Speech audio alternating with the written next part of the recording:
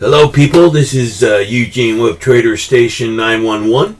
Here we're going to talk about Tesla and its overextended gap down. Okay, right now this is the 35-day chart. We're using Street Edge. See how it's a beautiful chart? You can see everything. Okay, let me see. We got the 35-day chart up. You can see what it done for 35 days. Okay? Eventually, it had to come to a crash. Not to a crash. I mean, it's only down 7%. Okay? It's probably going to bounce. Go back up, bounce. Go back down, bounce. You know, it's going to do its little bouncing. And then some news is probably going to come up, and it's going to probably bring it up to 1,000. Anyway. As you can tell, these are 35 days of an uptrend. And this is the 11th right here. This is the 11th. Okay, you guys, you could have bought options. Only one option. Okay, you could have bought two options and you would have banked some serious money.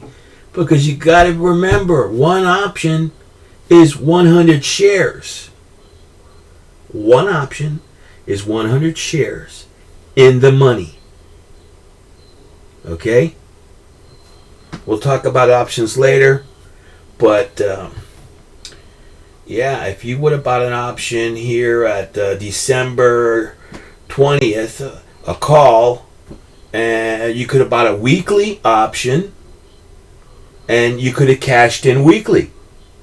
Okay? You could have cashed in weekly. Or if you bought the month, man, you would have banged. You would have banged out a whole bunch of money. But here's the thing. You have to pay for intrinsic time. Time is money.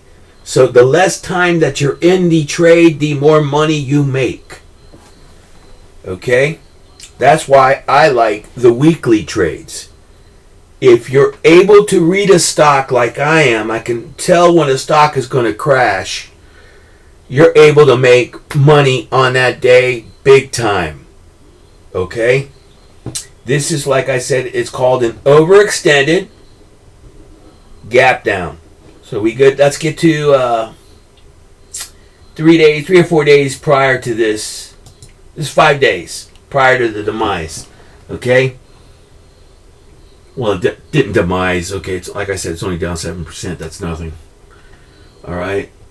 As you can see, gapped up, gap up, a nice gap up here. This is now the January 11th right here.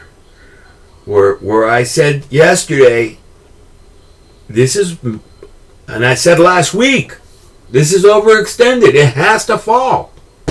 And sure enough, at what time was that? I haven't figured out the timing yet on this puppy. Anyway, this morning, let's just say, it's got to be this morning because this is where it's happening. This morning, opened up, red candle, massive gap down. You know, I would have had, if I was doing a put, I probably would have put a put on for Friday for today.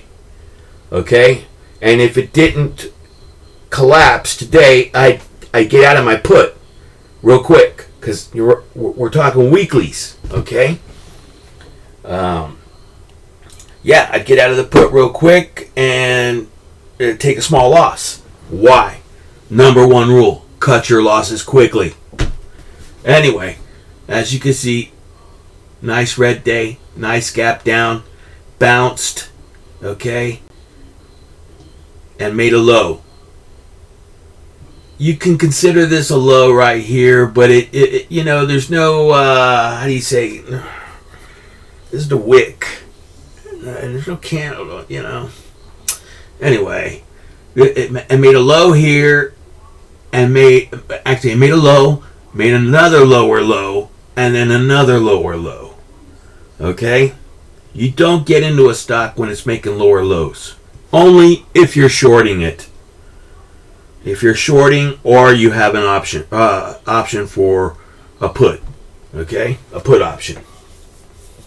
Sure, if you're going to buy, when these right here tend to consolidate, bounce.